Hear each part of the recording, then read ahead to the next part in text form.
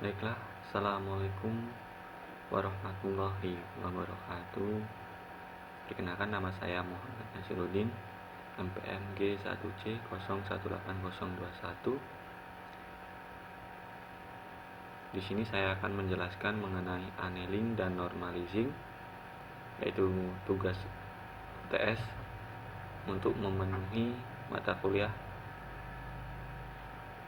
teknik pelapisan, dengan dosen pengampu yaitu Dr. Henry Hestiawan, STMM, MT, Program Studi Teknik Mesin, Fakultas Teknik, Universitas Bengkulu, 2022. Baiklah, perlakuan panas. Perlakuan panas atau heat treatment adalah suatu proses mengubah sifat logam dengan cara mengubah struktur mikro melalui proses pemanasan dan pengaturan kecepatan pendinginan sehingga didapatkan sifat mekanik yang diinginkan. Di sini adalah proses untuk mendapatkan sifat mekanik dari suatu logam dengan cara proses pemanasan. Sifat mekanik pada logam yang didapatkan dari proses perlakuan panas yang pertama yaitu kekerasan, kekuatan tarik, keuletan, dan ketangguhan. Di sini ada proses secara umum perlakuan panas. Yang pertama yaitu proses pemanasan. Di sini yaitu proses pemanasan ke suhu austenit yaitu di atas 723 derajat Celcius.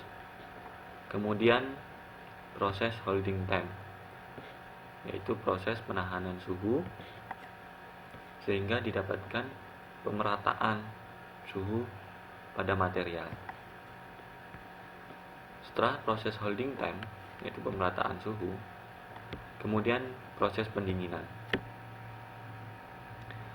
Proses pendinginan itu dilakukan secara berbeda-beda tergantung proses perlakuan panas yang diinginkan.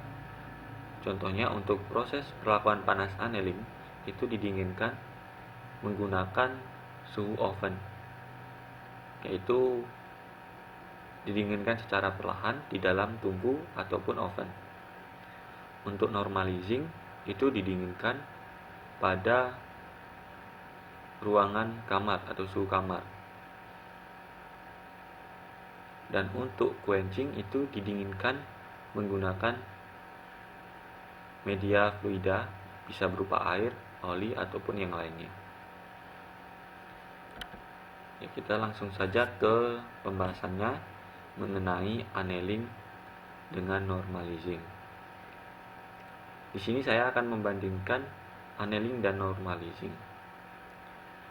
Yang pertama yaitu tujuan. Tujuan annealing itu untuk mendapatkan material yang bersifat ulet.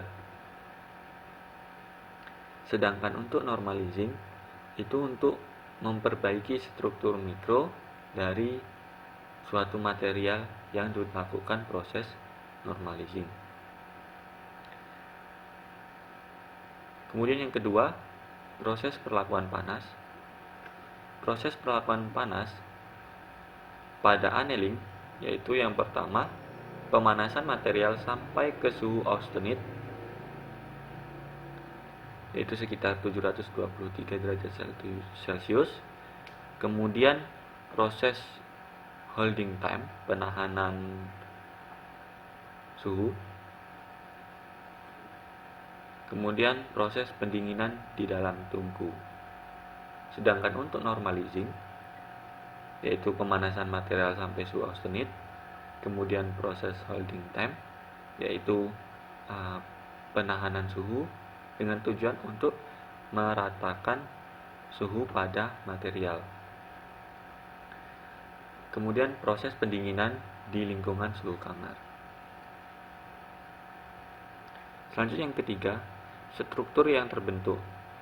Pada proses annealing, struktur yang terbentuk yaitu ferrit dan coarse lamellar perlite. Yaitu ferrit dan perlit. Namun untuk perlit itu bentuknya sedikit kasar, yaitu kasar.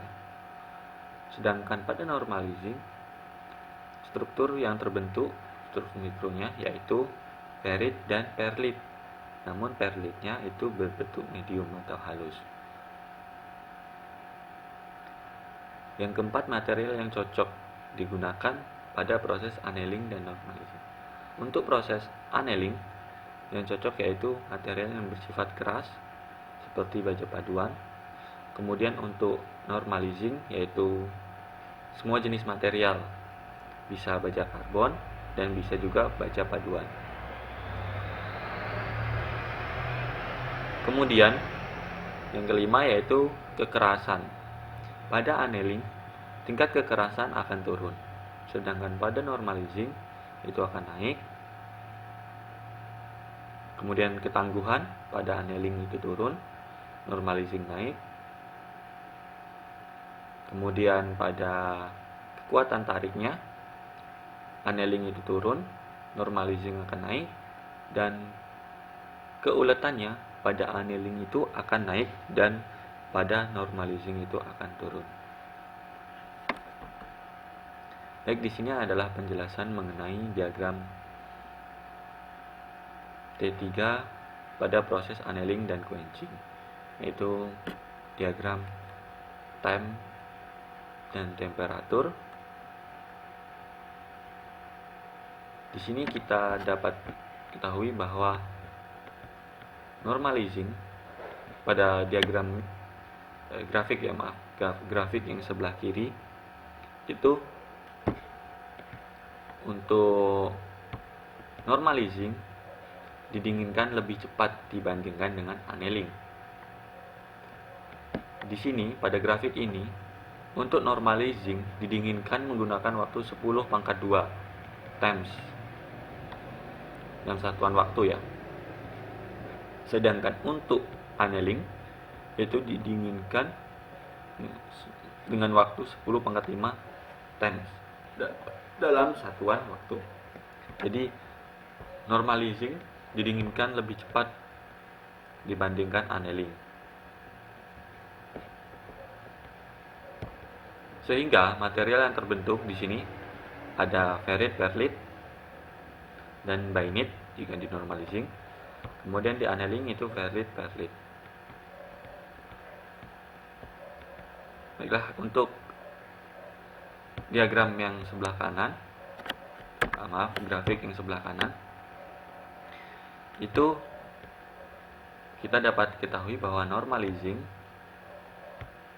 lebih cepat didinginkannya, sedangkan annealing itu lebih lama. Dia akan lebih stabil dinginnya, berlahan sampai menyentuh suhu kamar. Nah, untuk normalizing itu lebih cepat di suhu kamar ya, menggunakan suhu kamar. Untuk material atau struktur yang terbentuk, struktur mikronya ya, untuk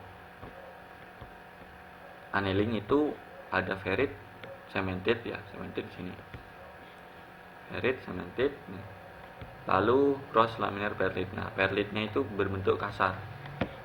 Ya.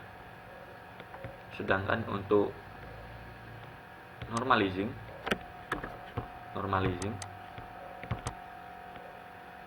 itu ada perlit, cemented, dan perlit yang berbentuk lebih halus. Nah, di sini seperti ini teman-teman. Perlitnya lebih halus. Selanjutnya yaitu berdasarkan penelitian Bonar, Harasiun, Nababan, dan Profesor Insinyur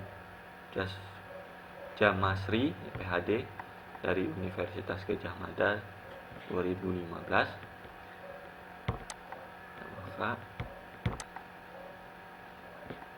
Nah, ini kita baca abstraknya ya. Pada proses annealing dan normalizing baja paduan SA200 Ti. Nah, di sini mereka melakukan beliau melakukan proses penelitian, proses annealing, dan normalizing baja paduan SA 200 Ti. Baja ini biasanya digunakan pada pipa boiler dan heat exchanger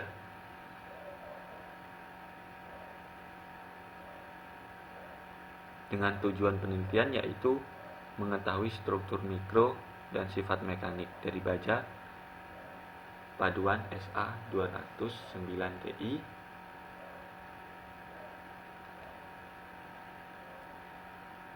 Untuk proses penelitiannya yaitu baja untuk yang annealing, baja dipanaskan hingga suhu 930 derajat yang kemudian didinginkan secara perlahan di suhu kamar. Sedangkan untuk normalizing itu didinginkan di ruang terbuka, yaitu baja dipanaskan hingga suhu 930 derajat Celcius yang kemudian didinginkan di ruang terbuka. Selanjutnya, setelah itu dilakukan pengujian mekanik, yaitu pengujian berupa pengujian tarik, uji impact, dan uji kekerasan. Setelah itu beliau mengamati struktur mikro menggunakan mikroskop optik, scanning elektron mikroskop untuk mengetahui perlakuan panas terhadap struktur mikro baja tersebut. Dari hasil penelitiannya, proses annealing itu menurunkan kekerasan sebesar 7,6%, meningkatkan regangan sebesar 13,4%,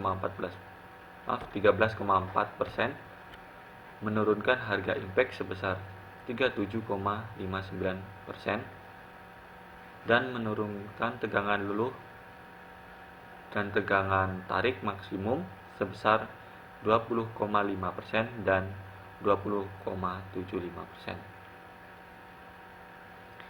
Sedangkan proses normalizing dapat meningkatkan kekerasan sebesar 20,7%, meningkatkan regangan sebesar 7,2%, menurunkan harga impact sebesar 19,54%, dan meningkatkan tegangan luluh dan tegangan tarik maksimum sebesar 23,59% dan 11,12%. Sedangkan pada ukuran butirnya, proses annealing menjadi lebih besar dan teratur, yaitu proses ukuran butirnya, struktur mikronya itu lebih besar dan teratur. Sedangkan pada proses normalizing itu struktur mikronya akan lebih kecil dan seragam. Jadi dari proses ini kita simpulkan bahwa proses annealing itu menghasilkan